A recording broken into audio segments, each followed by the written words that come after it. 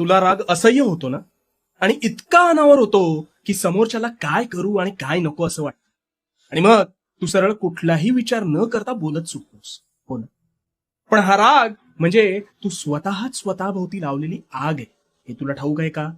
अरे याने समोरच्याचं नुकसान होत नाही, तर सर्वस्वी तुझं नुकसान होतं. त्यामुळे आता ह्या भडाग्नीवर नियंत्रण कसं प्राप्त करायचं ते सांगतो. शांतपणे.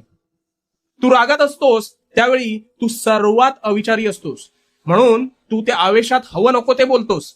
आणि बोललेला शब्द हा कधीच परत घेता येत नाही. त्यामुळे तू समोरच्याच्या मनाचा विचार न करता बेफाम शब्दांनी वार करतोस. आणि त्याला तर ते लागतंच, पण त्याचा त्रास हा तुला जास्त होतो. मग जेव्हा तू शांत होतोस तेव्हा तुला वाटतं, आपण फार बोलून गेलो का? हो, फार बोलून गेलास. आता लक्षात घे, एखादी वस्तू तुटली की तू जोडायला जाशील आणि जोडशील सुद्धा, पण कितीही नाही म्हटलं ना तरी त्यावरचे व्रण मात्र तसेच राहतील. आणि म्हणून धनुष्यातून निघालेला बाण आणि मुखातून निघालेला शब्द हा कधीच परत घेता येत नाही. मग अशा वेळेस काय करायचं? अशा वेळेस काय करायचं तर